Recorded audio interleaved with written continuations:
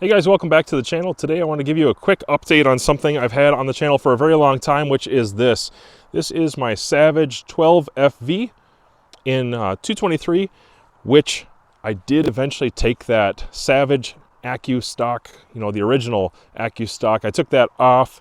Maybe it wasn't even AccuStock. Maybe it was before AccuStock, now that I think of it. Took that off, got rid of it, and then put it in an Orks chassis. And I've got thousands of rounds to this. Legitimately, I can't remember. I think we're beyond 8,000 now through this 1-in-9 twist 223. I've had a lot of fun with it. In fact, this was, if you go back and watch my videos from the old days, years ago, it was painful, but this was one of my first videos that got any traction. And I really like this rifle. It's shot insanely tight with lighter projectiles. At times I've done okay with a little heavier projectiles as well, but it's a 1-in-9 twist. It has a 26-inch barrel, and it's just wrapped right now with some camo wrap. I've painted it over so many times. It's kind of a beater rifle for me, and I treat it that way. It's just for fun, but it still shoots pretty well. So I took it out today, and I was really itching just to shoot this thing. I don't know if I was having a bad case of nostalgia or something.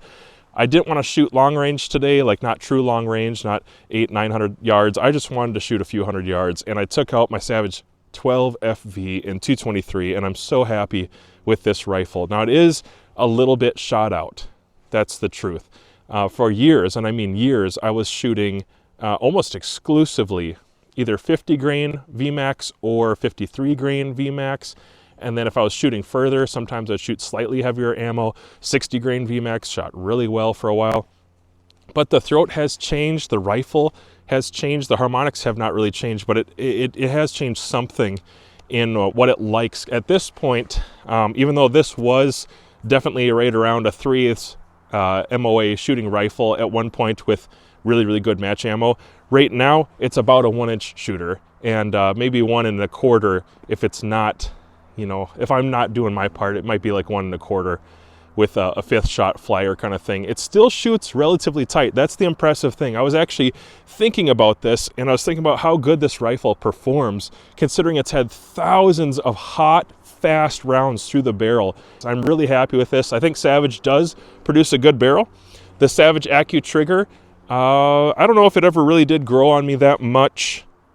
I shoot it okay. Obviously, I was getting, at one point, like 3/8 inch groups, but this was the only rifle I was shooting. I was so connected to this rifle, and I could shoot it really tight, especially in the beginning.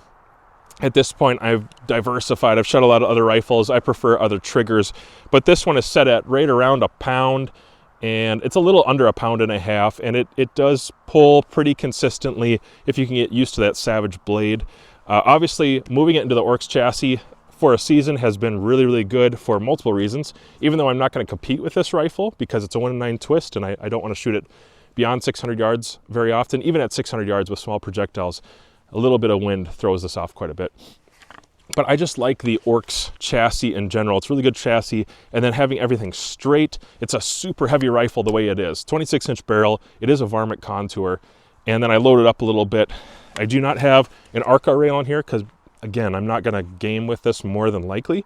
And so I went with just Picatinny and an Atlas bipod on the front, and that's good enough for me, man. I think it shoots really smoking hot, like amazingly well for just a basic setup. The Orks chassis aren't the top tier. The Savage Action isn't the top tier.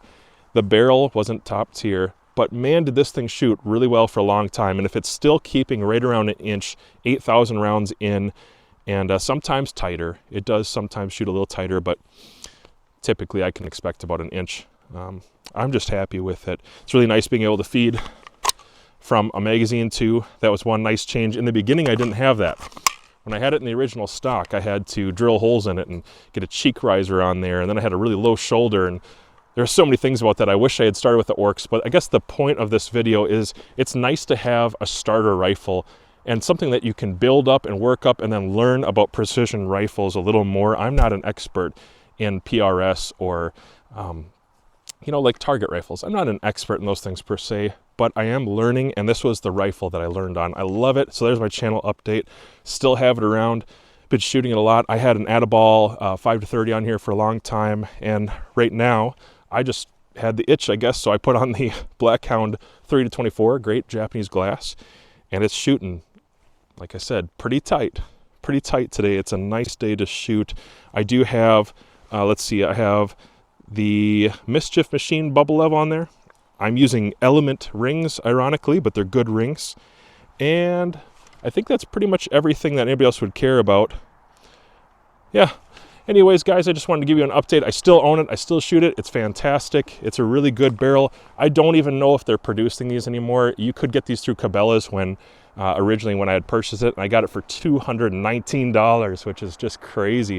If I ever see one of these for $219, I'm going to buy them in all the calibers they have and own them all, because it's just been a really good rifle for a long time. But just encouraging you guys, even if you can't afford one of these crazy expensive rifles, you know, sometimes I show stuff on the channel that's around $2,000 for getting into it, not including glass and everything else. That's just outside the budget of a lot of people. I recognize that, because when I started off, I started with a $219 rifle. I just want to encourage you, if you're trying to get into target shooting, long range and all that, it's probably not super important to start off with a top tier rifle.